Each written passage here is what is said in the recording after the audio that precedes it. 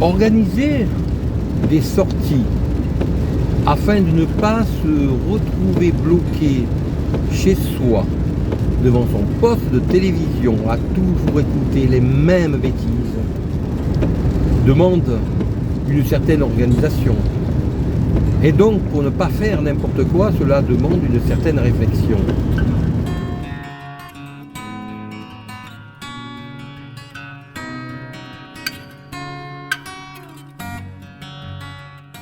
Alors, j'ai testé différentes formules.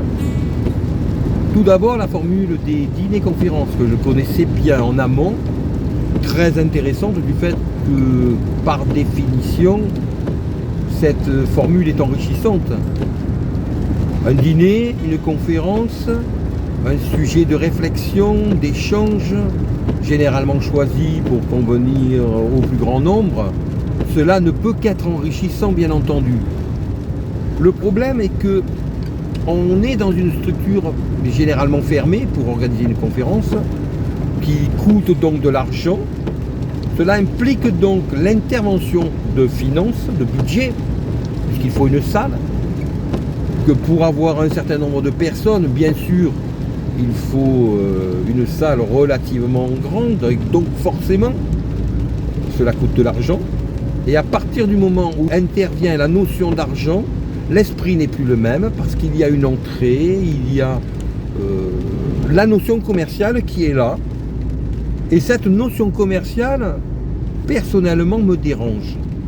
Car j'ai testé par ailleurs une autre formule, qui est l'apéro dînatoire que l'on fait en extérieur lorsqu'il fait beau, en bord de mer par exemple, ou bien sinon également sur la place d'un château qui se trouve dans la nature, comme je l'ai eu fait par exemple au château d'Hyères.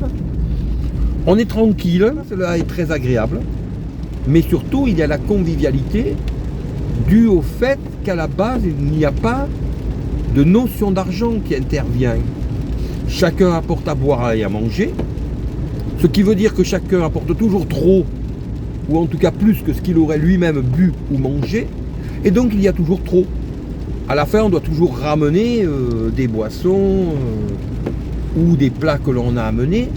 Donc, il y a une impression de relative abondance qui est malgré tout agréable, en ce sens que cela permet à chacun de picorer un petit peu, de boire et de manger de différentes choses. Et à partir du moment où on arrive à faire comprendre que la qualité est de mise et qu'il ne s'agit pas d'apporter les chips au premier prix et la piquette au premier prix histoire de participer, mais au contraire de faire partager aux autres quelque chose que l'on aime, eh bien on se retrouve alors à avoir des repas d'une qualité parfois extrêmement étonnante, parfois bien plus que si l'on va au restaurant, et surtout pour un budget qui est tout à fait honorable, en ayant le choix de choisir plusieurs choses, puisque le nombre de participants démultiplie le choix que l'on a de boire, de manger, et donc de goûter, de picorer un petit peu de tout. Donc j'ai également éprouvé assez longtemps cette formule, qui je l'avoue est très intéressante, mais il manque malgré tout aussi un aspect qui est l'aspect le plus présent dans le dîner-conférence, mais je dirais de l'aspect intellectuel. Car lorsque l'on fait un apéro dînatoire, dans la nature, chacun amène à boire, à manger, met ce qu'il a apporté sur la table, et puis les uns et les autres discutent, communiquent. À un moment donné, l'organisateur prend la parole afin de remercier tout le monde, car il est important qu'il y ait un pivot dans une sortie, dans une soirée, et cela est bien entendu le rôle du maître de cérémonie, c'est-à-dire de l'organisateur entre autres. Lorsque l'on organise ce genre de choses, ce que j'ai très souvent fait, à un moment donné arrive l'axe, le pivot, les remerciements, mais il n'y a pas de véritable discussion, il n'y a pas de véritable problématique. Chacun reste libre de ses discussions, cela est très bien. Et malgré tout, il manque le petit aspect intellectuel, philosophique, de plus en plus recherché. Et c'est pour cela que j'en suis venu à une formule intermédiaire consistant non pas à organiser une conférence à proprement parler qui dure 1 heure et demie, avec discussion autour d'un orateur, ce qui est une chose très intéressante bien sûr, mais en ce qui me concerne, dans le cadre de ce que j'aime organiser, je parlerai plutôt de la mini-conférence, c'est-à-dire de la personne qui va présenter un sujet en 15 minutes, maximum 20 minutes, ce qui amènera à des questions diverses qui seront abordées autour de l'orateur ou du conférencier du jour, mais également ensuite autour de l'apéro dînatoire qui est organisé, ce qui permet d'indiquer dès le départ un centre d'intérêt qui aura été présenté au préalable et qui plus ou moins intéressera tout le monde et qui permettra donc d'avoir ce point commun intellectuel entre tous les participants dès le départ. Cela, bien entendu, doit rester relativement souple. Il s'agit d'un apéro dînatoire dans la nature, sur une aire de pique-nique, je dirais. Donc malgré tout, on est loin du lieu de conférence dans une salle de restaurant. Cela n'a strictement rien à voir, mais cela n'empêche pas d'avoir des discussions. L'avantage de cette formule est d'un côté d'avoir un filtrage qui permet d'éviter les personnes qui ne s'intéressent à rien finalement, si ce n'est venir picorer, se faire remarquer, éventuellement danser pour repartir, ce qui finalement est très stérile. Donc par la présence de cette mini-conférence, il y a ce premier filtrage intéressant qui est présent. Et dans un deuxième temps, il y a également, bien entendu, après l'apéro dînatoire, la partie un petit peu plus légère, je dirais, à partir du moment où on met une petite enceinte avec un petit peu de musique qui permet à celles et à ceux qui en ont le désir de se dépenser en dansant un petit peu. Cela fait partie de la vie aussi, et il me semble que cela donne un très bon équilibre entre l'esprit et la matière.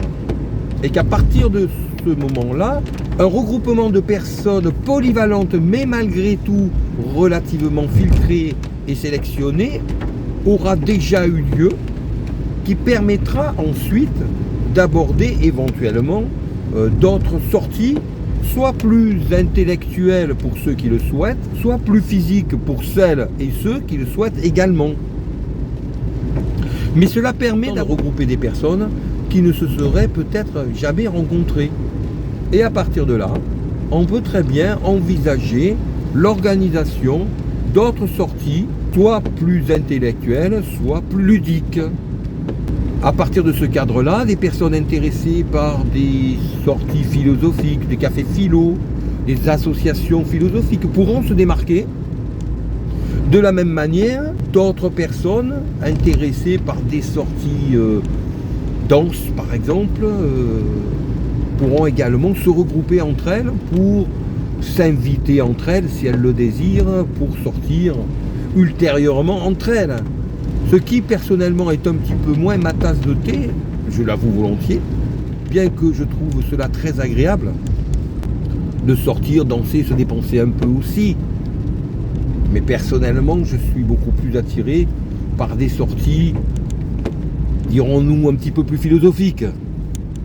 Ce qui n'empêche que dans l'organisation des sorties que je peux organiser, je trouve intéressant que soient représentés les différents aspects d'une sortie qui permettent à des gens de se rencontrer et ensuite de faire des choix divers pour d'autres sorties.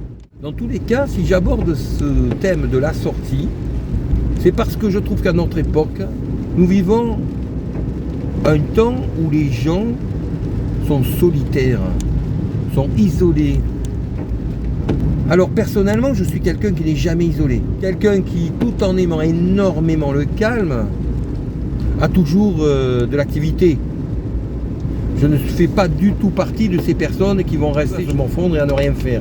Mais je constate que de plus en plus de gens sont isolés chez eux et ne savent pas comment sortir de cet isolement.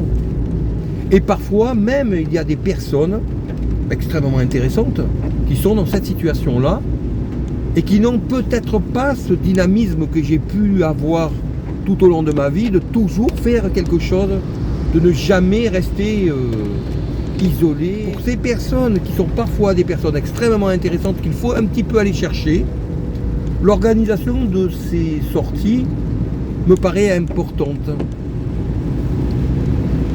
D'autant que l'on tombe parfois sur des personnes qui ont de vrais questionnements, de vraies idées,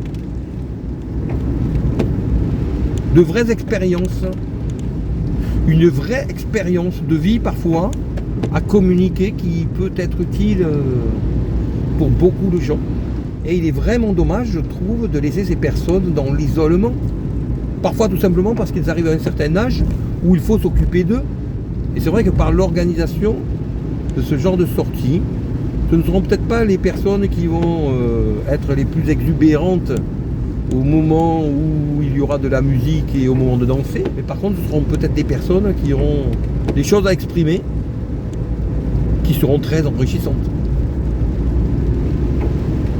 Et c'est là qu'il faut savoir être à l'affût et que je suis à l'affût par l'organisation de ces sorties. Donc bien entendu, pour les personnes qui ont envie de savoir où aller danser le samedi soir, ce n'est pas vers moi qu'il faut venir pour avoir les bonnes adresses.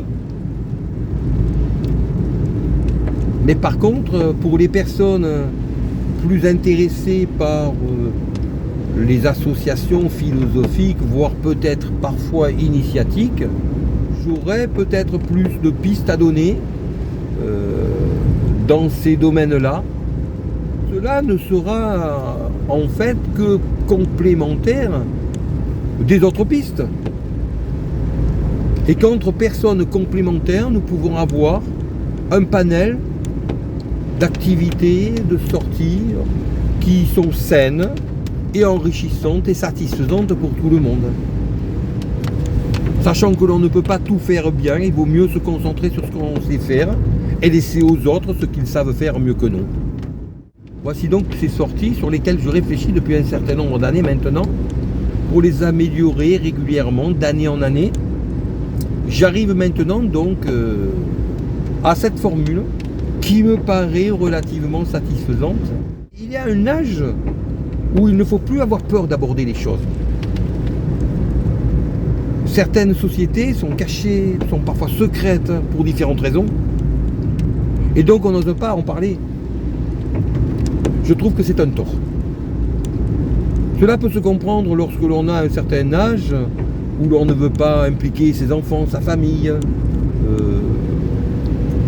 ne serait-ce que par exemple l'appartenance à un parti politique, par exemple, peut poser problème dans certaines familles, pas dans d'autres, mais dans certaines.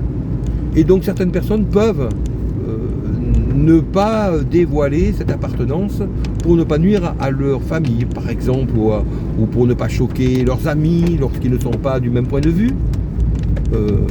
Donc je donne cet exemple, qui n'est qu'un exemple, pour expliquer que malgré tout, à un certain âge, il me semble qu'il faut être capable de dépasser ce stade-là pour s'affirmer, affirmer ce que l'on fait, ce que l'on aime, sachant que cela ne nuira plus à qui que ce soit. Et donc étant à présent dans cette situation, j'engage les personnes qui m'écoutent et qui participent aux différentes sorties que je propose, de m'interpeller sur des problèmes pour lesquels ils ont l'impression que je connais peut-être un petit peu, ou peut-être un petit peu plus, et qu'ils n'oseraient peut-être pas forcément aborder parce que ce ne sont pas forcément des problèmes que l'on aborde avec tout le monde, comme par exemple ce qui concerne la philosophie.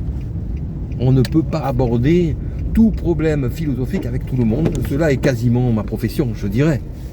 En tant qu'enseignant, en lettres, philosophie, entre autres, en langue, gérer, traiter les idées dans leur multiplicité, sans choquer, sans heurter qui que ce soit, et en tolérant les uns et les autres, ainsi que les différents points de vue. Cela peut parfois permettre d'aborder avec étonnement des sujets que l'on ne pensait pas pouvoir aborder. Personnellement, je dirais que j'aime ça en fait.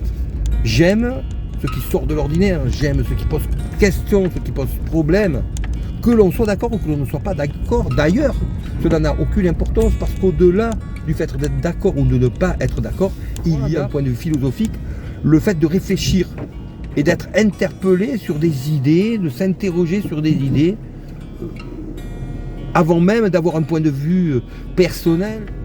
Donc voilà, je terminais avec cette notion-là.